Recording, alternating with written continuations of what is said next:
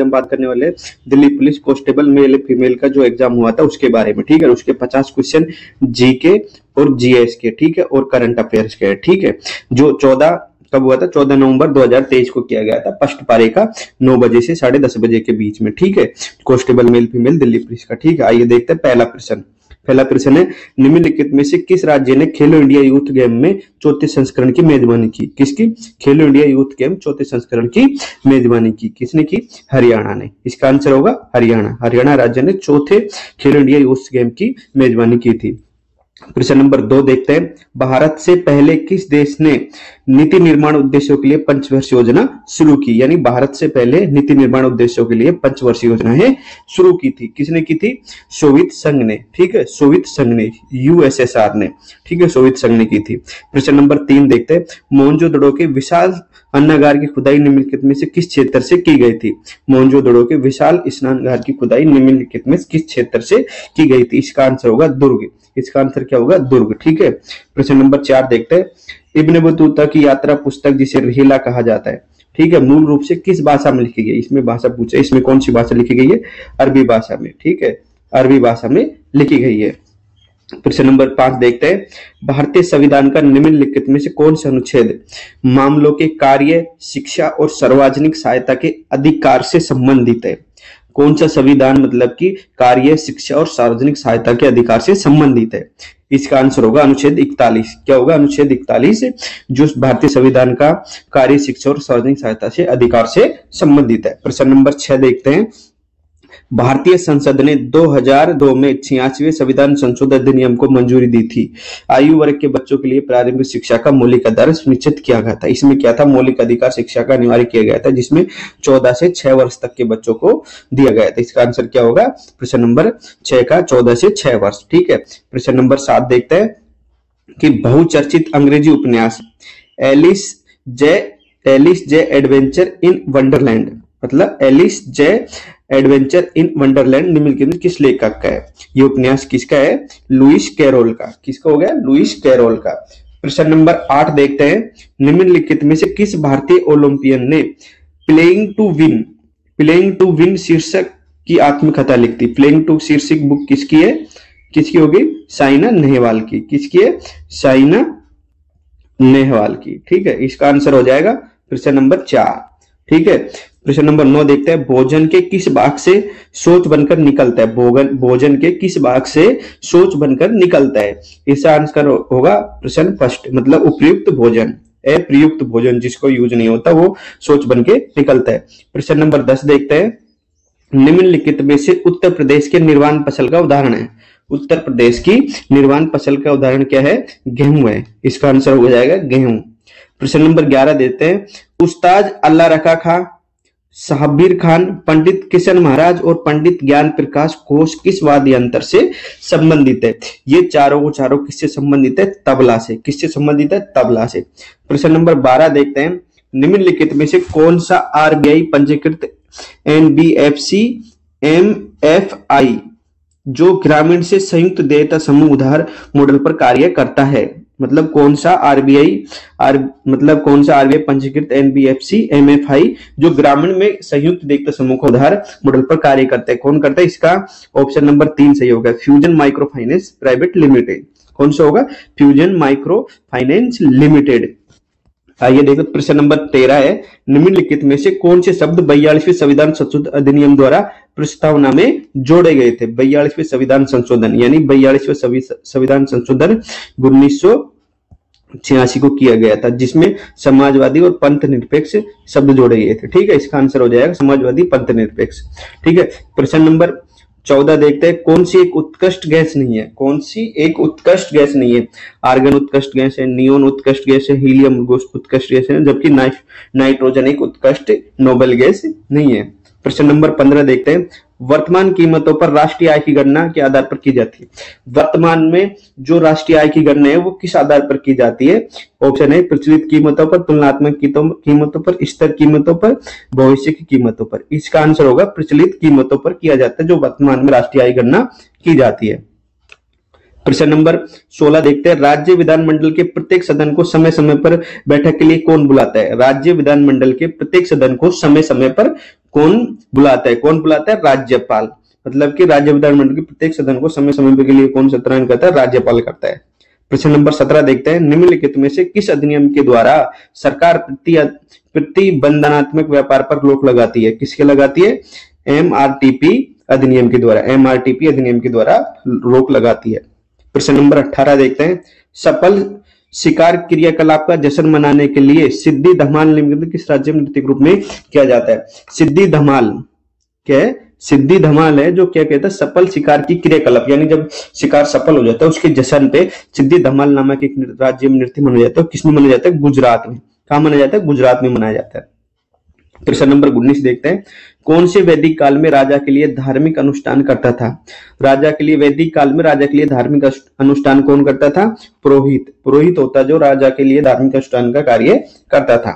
प्रश्न नंबर 20 देखते हैं, महान कवि और मानववादी लेखक रविंद्रनाथ ठाकुर ने किस घटना के विरोध में अपनी नाइटहुड की उपाधि लौटा दी थी? जलियांवाला बाग हत्याकांड 1919 के विरोध में अपनी नाइटहुड की उपाधि रविंद्रनाथ टैगोर ने लौटा दी गई थी। प्रश्न नंबर 21 देते हैं, प्यादा निम्नलिखित में किस खेल से संबंधित है? प्यादा निम्नलिखित में से किस खेल से संबंधित है? किससे संबंधित है? शतरंज से संबंधित है। प्रश्न नंबर 22 देखते हैं, अनंत आर कृष्णन एक प्रसिद्ध क्या थे? अनंत आर कृष्णन एक प्रसिद्ध मृदंग वादक थे। क्या थे? मृदंग वादक थे। ठीक है।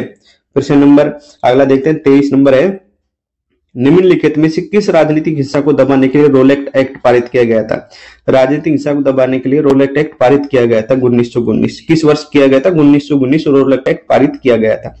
प्रश्न नंबर 24 देखते हैं, भारतीय राष्ट्रीय की न्यायिक शक्तियों और उनकी परिभाषा के संबंध में निम्नलिखित में से कौन सा युग्म गलत मिलान किया गया है? इसमें इसका आंसर होगा प्रविलिमन। इसका अर्थ है कि सजा की प्रकृति को बदलने बिना उसकी अवधि को कम किया जाना, यही गलत है। ठीक है। प्रश्न नंबर 25 देखते हैं, टोक्यो ओलंपिक 2021 में भारत के लिए पहला पदक किसने जीता था? टोक्यो ओलंपिक 2021 में भारत के लिए पहला पदक किसने जीता था? किसने जीता था? मीराबाई चानू ने। किसने जीता था? मीराबाई चानू ने।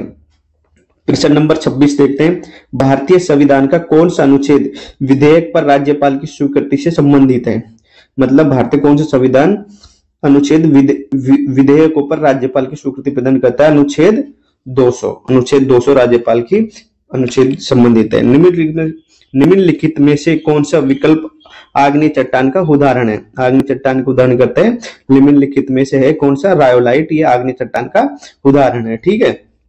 प्रश्न नंबर 28, निम्नलिखित में से किस भारतनाट्यम नर्तक ने 2021 में प्रतिष्ठित नाट्य के कलानिधि पुरस्कार प्राप्त किया था? प्रतिष्ठित नाट्य के कलानिधि पुरस्कार प्राप्त किया था, किसने किया था? चित्रा विश्वेश्वरन ने। चित्रा विश्वेश्वरन ने कलानिधि नाट्य के कलानिधि पुरस्कार प्राप्त किया था 2021 में। प्रश्न नंबर 29 देखते हैं, दृक पंचांग के अनुसार महाशिवरात्रि कब मनाई जाती है? दृक पंचांग के अनुसार महाशिवरात्रि कब मनाई जाती है? यह माघ कृष्ण पक्ष चतुर्दशी को मनाई जाती है। माघ कृष्ण पक्ष चतुर्दशी को मनाई जाती है।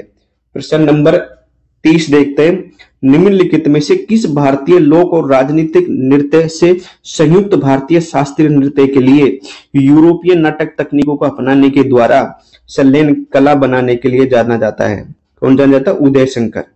कौन जाना जाता है? उदय शंकर है जो राजनीतिक नृत्य से संयुक्त भारतीय शास्त्रीय नृत्य के लिए यूरोपीय नाटक तकनीकों को अपनाने के द्वारा संलयन कला बनाने के लिए जाना जाता है। कौन है? उदय शंकर। इसका आंसर हो जाएगा उदय शंकर। प्रश्न नंबर नेक्स्ट देखते हैं, मगध साम्राज्य पर शासन करने वाले प्रथम राजवंश का नाम क्या है? मगध राजवंश पर प्रथम राजवंश कौन सा है? हर्यक वंश। इसका आंसर हो जाएगा हर्यक वंश। मगध साम्राज्य पर प्रथम वंश था जिसने राजवंश राज किया था। प्रश्न नंबर नेक्स्ट देखते हैं, दिए गए स्मारकों में से कौन सा स्मारक कर्नाटक में स्थित नहीं है? ये पूछ रहे, दिए गए स्मारक में से कर्नाटक में स्थित नहीं है। होयसल मंदिर कर्नाटक में स्थित है। पलक्कड़ ये नहीं है, ये तमिलनाडु में स्थित है। पलक्कड़ है जो तमिलनाडु में स्थित है। किथूर कर्नाटक में, गोल गुंबज कर्नाटक में। ठीक है। इसका आंसर हो जाएगा पलक्कड़ जो कि तमिलनाडु में, कर्नाटक में नहीं होकर। प्रश्न नंबर 33 देखते हैं, 1939 में फॉरवर्ड ब्लॉक की स्थापना किसने की थी?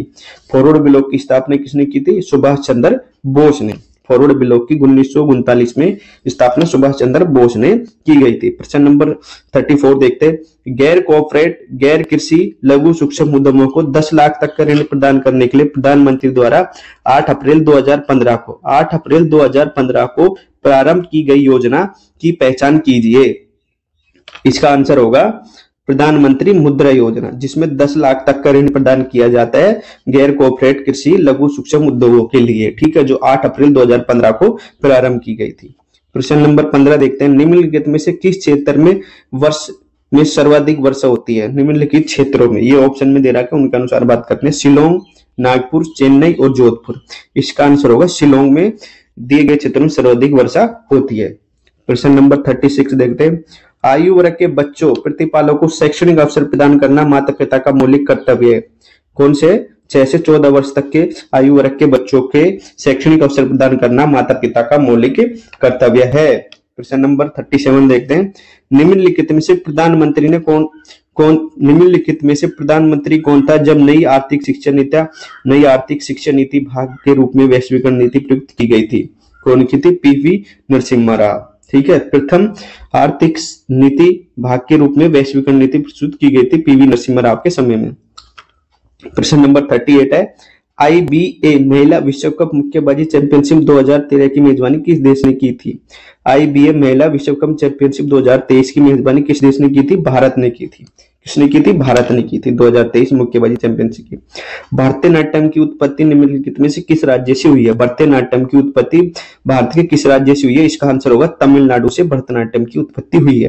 प्रश्न नंबर 40 देखते हैं। राष्ट्रीय जल मार्ग 10 नेशनल वाटर 10 किस राज्य से स्थित है? किस राज्य में स्थित है? महाराष्ट्र में राष्ट्रीय जल मार्ग 10 महाराष्ट्र में स्थित है। प्रश्न नंबर 41 देखते हैं। एनी बेसेंट के प्रभाव एक केफियन समाजवादी थी। एनी बेसेंट किसके प्रभाव में केफियन समाजवादी थी? किसके? जॉर्ज बर्नार्ड शॉ के। इसके प्रभाव में एक केफियन समाजवादी थी, फेफियन, ठीक है। प्रश्न नंबर 42। निम्नलिखित विकल्प में से कौन सा यह सस्य भूमि पारिस्थितिक तंत्र से संबंधित नहीं है? कथन देखते हैं। फर्स्ट, सस्य भूमि एक मानव निर्मित परिस्थिति तंत्र है। सस्य भूमि एक मानव निर्मित परिस्थिति तंत्र है। कथन 2 देखते हैं। सस्य भूमि परिस्थिति तंत्र के बहुत कम आनुवंशिक विविधता पाई जाती है। इसका आंसर होगा 1 और 2 दोनों ही सही है। क्या है कि सस्य भूमि एक मानव निर्मित पारिस्थितिक तंत्र है और सस्य भूमि पारिस्थितिक तंत्र की बहुत कम आनुवंशिक विविधता पाई जाती है। दोनों ही ऑप्शन ठीक है। प्रश्न नंबर 43 देखते हैं। भारत की जनगणना 2011 के अनुसार निम्नलिखित में से राज्यों और केंद्र शासित प्रदेशों के किस समूह में उच्चतम साक्षरता दर दर्ज की गई थी? ये पूछ रहे किस राज्य में उच्चतम साक्षरता दर है और किस केंद्र शासित प्रदेश में उच्चतम साक्षरता दर है। वो ऑप्शन देखने हैं। यह केरल में और लक्षद्वीप में। अगर स्टेट की बात करते हैं, केरल में उच्च साक्षरता दर है और लक्षद्वीप में उच्च साक्षरता दर है, ठीक है। प्रश्न नंबर 44 देखते हैं। निम्नलिखित में से कौन सा सांस्कृतिक उत्सव उत्तर प्रदेश पर्यटन विभाग द्वारा आयोजित किया जाता है? कौन सा किया जाता है? ताज महोत्सव उत्तर प्रदेश के द्वारा। ये हम्पी नहीं किया जाता, ताज महोत्सव उत्तर प्रदेश पर्यटन विभाग द्वारा आयोजित किया जाता है। प्रश्न नंबर 45 देखते हैं। निम्नलिखित में से कौन दिल्ली सल्तनत का सुल्तान था जब दक्षिण भारत में बहमनी साम्राज्य की स्थापना हुई थी? मतलब कि जब दक्षिण भारत में बहमनी साम्राज्य की स्थापना हुई थी उस टाइम दिल्ली का शासक कौन था? मोहम्मद बिन तुगलक, MBT। कौन था? MBT, मोहम्मद बिन तुगलक, ठीक है। प्रश्न नंबर 46 देखते हैं। भारतीय संविधान के किस अनुच्छेद में कहा गया है कि भारत का कोई भी नागरिक किसी अन्य राष्ट्र से कोई उपाधि स्वीकार नहीं करेगा? भारतीय संविधान के किस अनुच्छेद में कहा गया है कि भारत का कोई भी नागरिक किसी अन्य राष्ट्र से कोई भी उपाधि स्वीकार नहीं करेगा? अनुच्छेद 18 अनुच्छेद सब क्लोज 2 में, ठीक है। प्रश्न नंबर 47 देखते हैं कि कॉलम ए और कॉलम बी के बीच निम्नलिखित में कौन सा सही है? ठीक है, हमको ये मिलान करना है। उत्पादक है, प्राथमिक उपभोक्ता है, द्वितीय उपभोक्ता है और अपघटक, ठीक है। उत्पादक क्या हो गए? उत्पादक हो गए इसमें हरे पौधे, ठीक है। प्राथमिक उपभोक्ता हो गए खरगोश, द्वितीय उपभोक्ता क्या हो गया? लोमड़ी, और अपघटक क्या हो गया? बैक्टीरिया एंड कवक, ठीक है। इसका ऑप्शन होगा उत्पादक। ए में भी ये हो गया 4, ठीक है।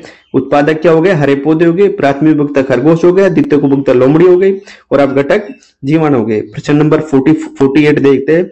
निम्नलिखित में से कौन सा या कौन सी पंचवर्षीय योजनाओं के लक्ष्य हैं? ठीक है, कौन सी पंचवर्षीय लक्ष्य? विकास, आधुनिकीकरण, समता और आत्मनिर्भरता। ये पंचवर्षीय योजनाओं के क्या है, लक्ष्य हैं। प्रश्न नंबर 49, निम्नलिखित में से कौन सा युग्म गलत है? बहुमूल्य धातु प्लेटिनम, है लोहे धातु जिंक, है धातु लेड। क्या है? धातु लेड है। लोहे धातु लोहा है, अब बहुमूल्य धातु प्लेटिन है, लोहे धातु जिंक है, जबकि धातु लेड जो कि ये गलत है। ये क्या है? एक वो है लिक्विड है, द्रव है। प्रधानमंत्री गरीब कल्याण योजना PMGKY किस वर्ष शुरू की गई थी? 2016 में प्रधानमंत्री ग्राम कल्याण योजना प्रारंभ की गई थी। ओके, थैंक यू दोस्त। अगर आपको ये वीडियो अच्छी लगी तो लाइक करें, शेयर करें और कमेंट करें। Thank you.